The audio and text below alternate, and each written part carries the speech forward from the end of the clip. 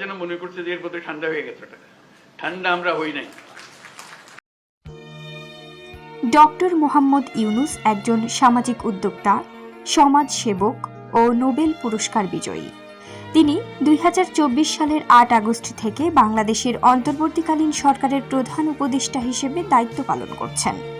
তিনি 2006 সালে গ্রামীণ ব্যাংক প্রতিষ্ঠা এবং ক্ষুদ্র ঋণ ও ক্ষুদ্রবিত্ত ধারণার প্রেরণার জন্য নোবেল শান্তি পুরস্কার লাভ করেন।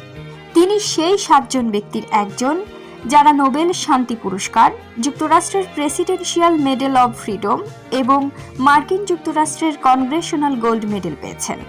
তিনি চট্টগ্রাম বিশ্ববিদ্যালয়ের অর্থনীতি বিভাগের অধ্যাপক ছিলেন।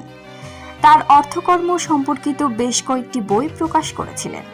তিনি গ্রামীণ আমেরিকা এবং গ্রামীণ ফাউন্ডেশনের প্রতিষ্ঠাতা বোর্ড সদস্য, যা ক্ষুদ্র ঋণকে সহায়তা করে থাকে।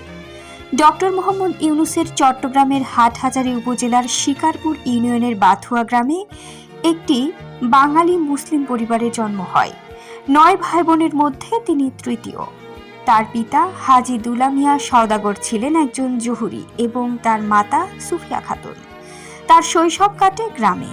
1944 সালে তার পরিবার চট্টগ্রাম শহরে চলে আসে এবং তিনি তার গ্রামের স্কুল থেকে লামাবাজার প্রাথমিক বিদ্যালয়ে চলে যান। বিদ্যালয় জীবনে তিনি একজন সক্রিয় বয় স্কাউট ছিলেন এবং 1952 সালে পশ্চিম পাকিস্তান ও ভারত এবং 1955 সালে কানাডায় জাম্বুরিয়াতে অংশগ্রহণ করেন। ইউনুস বাংলাদেশে 174টি মামলার সম্মুখীন হয়েছিলেন, যার মধ্যে 172টি ছিল দেওয়ানি মামলা, কারণ আওয়ামী লীগ সরকার এবং শেখ হাসিনা 2014 সালের নির্বাচনের পর ক্ষমতায় থেকে গিয়েছিল। অভিযোগগুলির মধ্যে ছিল শ্রম আইন লঙ্ঘন, দুর্নীতি এবং অর্থ পাচার, যা ইউনুস দাবি করেছিলেন রাজনৈতিকভাবে প্রণোদিত। 2024 সালের 5 আগস্ট অসহযোগ আন্দোলনের ফলে সাবেক প্রধানমন্ত্রী শেখ হাসিনা পদত্যাগ করেন এবং 2024 সালের 6 আগস্ট রাষ্ট্রপতি মোহাম্মদ শাহাবুদ্দিন জাতীয় সংসদ বিলুপ্ত করার পরে শিক্ষার্থীদের দাবির ভিত্তিতে রাষ্ট্রপতি ইউনুসকে বাংলাদেশের অন্তর্বর্তীকালীন সরকারের প্রধান হিসেবে দায়িত্ব পালনের জন্য মনোনীত করেছিলেন।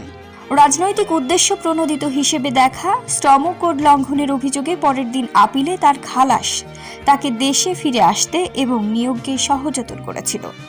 তিনি 2024 সালের 8 আগস্ট গণপ্রজাতন্ত্রী বাংলাদেশের অন্তর্বর্তীকালীন সরকারের প্রধান উপদেষ্টা হিসেবে দায়িত্বভার গ্রহণ করেন।